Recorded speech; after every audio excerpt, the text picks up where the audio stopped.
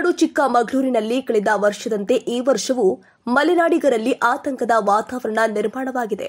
ಕಾರಣ ಆನೆಗಳ ವಿಪರೀತ ಹಾವಳಿ. ಜಿಲ್ಲೆಯ ದಂಬದಹಳ್ಳಿ, ಮುಕ್ತಿಹಳ್ಳಿ, ಆಳದಗುಡ್ಡೆ, ಕೆಆರ್ಪೇಟೆ, ಕೆಸವಿನಮನೆ ಈ ಭಾಗದಲ್ಲಿ ಸುಮಾರು 15 ದಿನಗಳಿಂದ ಬೀಟಮ್ಮ ಅಂಡ್ ಗ್ಯಾಂಗ್ ಖ್ಯಾತಿಯ ಆನೆಗಳ ಹಿಂಡು ಬೀಡು ಬಿಟ್ಟಿದ್ದು ಕಾಫಿ, ಭತ್ತ, ಮೆಕ್ಕೆಜೋಳ, ಬಾಳೆ ಅಡಿಕೆ ಹಾಗೂ ಇನ್ನಿತರ ಬೆಳೆಗಳನ್ನು ಸಂಪೂರ್ಣ ನಾಶ ಮಾಡ್ತಾ ಇದೆ. ನಿನ್ನೆ ಕೆಸವಿನಮನೆ ಗ್ರಾಮದ ಭೈರೇಗೌಡ ಎಂಬುವರ ಕಾಫಿ ತೋಟವನ್ನ ಆನೆಗಳು ಸಂಪೂರ್ಣ ಹಾನಿ ಮಾಡಿದ್ದು, ಇದಕ್ಕೆ ಅರಣ್ಯ ಅಧಿಕಾರಿಗಳ ಬೇಜವಾಬ್ದಾರಿ ನಡೆಯೇ ಕಾರಣ ಎಂದು ನೊಂದ ರೈತರು ಆಕ್ರೋಶ ಹೊರಹಾಕಿದ್ದಾರೆ. ಹೊರಗಡೆ ನಮ್ಮ ತೋಟದೊಳಗೆ ಕೂಡಿಬಿಟ್ಟು ಆನೆ ಸುಮಾರು 20 ಆನೆಗಳು ಬಂದು ಇಡೀ ತೋಟನೆಲ್ಲ ನಾಶ ಮಾಡಿದೆ. ಇದಕ್ಕೆ ಯಾರು ಹೊಣೆ? ಫಾರೆಸ್ಟ್ ಇಲಾಖೆ ಹೊಣೆನಾ? ಯಾರು ಹೊಣೆ? ಇಲ್ಲ ಸರ್ಕಾರ ಹೊಣೆ? ಒಂದು ರೀತಿ ಆನೆಗಿಂತ ಈ ಫಾರೆಸ್ಟ್ ಇಲಾಖೆನ ನಮಗೆ ಮಾರಕ ಅಂತ ಆಗಿದೆ. ಕಾಡು ಪ್ರಾಣಿಗಳು ಸಾಕ್ತಕ್ಕಂಥವ್ರು ರೈತರು, ಫಾರೆಸ್ಟ್ ಅಲ್ಲ. ಅರಣ್ಯ ಇಲಾಖೆಯವರು ದುಡ್ಡು ಬಿಲ್ ಮಾಡ್ಕೊಂಡು ತಿನ್ನೋದು ಅಷ್ಟೇ ಅವ್ರ ಕೆಲಸ. ಇಷ್ಟು 1000 ಗಿಡ ನೆಟ್ಟಿದ್ದೀವಿ, ಇಷ್ಟು 1000 ಗಿಡ ನೆಟ್ಟಿದ್ದೀವಿ, ಇಷ್ಟು ಫೆನ್ಸಿಂಗ್ ಮಾಡಿದ್ವಿ ಅಂತ ವರ್ಷ ಬಿಲ್ ಮಾಡ್ಕೊಂಡು ತಿಂತಾರೆ. ಆದರೆ ರೈತರು ಭತ್ತ ಬೆಳೆದು, ರಾಗಿ ಬೆಳೆದು, ಜೋಳ ಎಲ್ಲ ಬೆಳೆದು ಒಬ್ಬ ಅರಣ್ಯ ಆನೆಗಳಿಗೆ ಆಹಾರ ಕೊಡ್ತೀವಿ ನಾವು.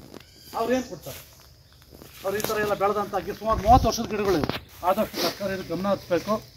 ಆನೆಗಳನ್ನ ಓಡಿಸುವ ನೆಪದಲ್ಲಿ ಅರಣ್ಯ ಅಧಿಕಾರಿಗಳು ಪಟಾಕಿ, ಮದ್ದು ಗುಂಡುಗಳನ್ನ ಸಿಡಿಸಿ ಆನೆಗಳನ್ನ ಗಾಬರಿಗೊಳಿಸಿದ ಪರಿಣಾಮ ಅವುಗಳು 30 ವರ್ಷದ ಕಾಫಿ ಗಿಡಗಳನ್ನ ಬುಡ ಸಮೇತ ಕಿತ್ತು ಹಾಕಿ ಸಂಪೂರ್ಣ ನಾಶಗೊಳಿಸಿವೆ ಎಂದು ಆರೋಪಿಸಿದರು. ರೈತ ಸಂಘದ ಜಿಲ್ಲಾಧ್ಯಕ್ಷರೂ ಆದ ಗುರುಶಾಂತಪ್ಪನವರು ಮಾತನಾಡಿ, ರೈತರ ಬೆಳೆಗಳ ಅಪಾರ ಹಾನಿಗೆ ನೇರವಾಗಿ ಅರಣ್ಯ ಇಲಾಖೆಯ ಅವೈಜ್ಞಾನಿಕ ಹಾಗೂ ಬೇಜವಾಬ್ದಾರಿ ಕ್ರಮಗಳೇ ಕಾರಣ. ಆನೆಗಳು ಮನುಷ್ಯರ ಮೇಲೆ ಆಕ್ರಮಣ ಹಾಗೂ ಸಾವು ನೋವುಗಳಿಗೂ ಅರಣ್ಯ ಅಧಿಕಾರಿಗಳ ಕ್ರಮಗಳೇ ಕಾರಣ ಎಂದು ಆರಿಸಿದರು.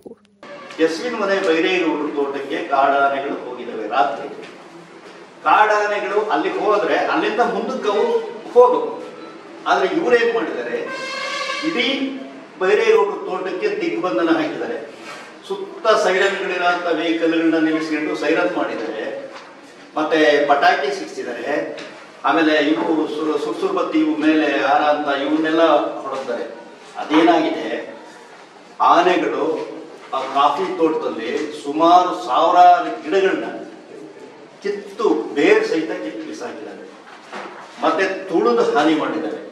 ಬಹುಶಃ ಆನೆ ಹೋಗಿದ್ರೆ ಅಷ್ಟೊಂದು ನಷ್ಟ ಆಗ್ತಿರ್ಲಿಲ್ಲ. ಆದ್ರೆ ಅಲ್ಲಿ ಕೂಡ ಹಾಕಿದ್ರಿಂದ ಭೈರೇಗೌಡರ ತೋಟ ಸರ್ವನಾಶ ಆಗಿದೆ. ತಾವು ಹೋಗಿ ನೋಡಬಹುದು, ನೋಡಿದ್ರೆ ನಿಮ್ಗೆ ಗೊತ್ತಾಗುತ್ತೆ. ಸುಮಾರು 10 ವರ್ಷದ ಗಿಡ ಫಸಲು ಬಂದು ನಿಂತಿದೆ. ಅಂತ ಗಿಡಗಳನ್ನೆಲ್ಲ ಕಿತ್ತು ಹಾಳು ಮಾಡಿ ಬಹುಶಃ ಆ ರೈತರು ಅವತ್ತು ಮಾತಾಡೋ ಪರಿಸ್ಥಿತಿ ಇಲ್ಲ. ಯಾಕೆಂತ ಹೇಳಿದ್ರೆ ಅವ್ರು 2 ಸರಿ 3 ಸರಿ ಆ ಬೆಳೆ ಕಳ್ಕೊಂಡ್ರು. ಅಂತ ರೈತರು ಅವತ್ತು ಆನೆಗಳ ಹಾವಳಿಯಿಂದ, ಇದು ಆನೆಗಳ ಹಾವಳಿಯಿಂದ ಆಗಿರೋದಲ್ಲ, ಸ್ವತಃ ಅರಣ್ಯ ಇಲಾಖೆಯವರೇ ಆ ತೋಟನ ಹಾಳು ಮಾಡಿದ್ದಾರೆ ಅಂತ ನಾವು ಹೇಳ್ಬೇಕಾಗುತ್ತೆ. ಯಾಕೆ ಅಂತ ಹೇಳಿದ್ರೆ ಸುಮಾರು 5 ರಿಂದ 6 ಗಂಟೆ ಆ ತೋಟದೊಳಗೆ ಆನೆಗಳು ನಿಲ್ಲಿಸಿ ಪಟಾಕಿ ಹೊಡೆದಿರೋದ್ರಿಂದ ಆನೆಗಳು ಗಾಬರಿಯಾಗಿ ಗಿಡ ಕಿತ್ತಿರೋದು ಬಿಟ್ರೆ ಅವು ಈ ಕಡೆಯಿಂದ ಆ ಕಡೆಗೆ ಹೋಗ್ಬೇಕಾದ್ರೆ ಒಂದಷ್ಟು ತುಳಿಬಹುದು, ಇಲ್ಲ ಅಂತ ಹೇಳಲ್ಲ.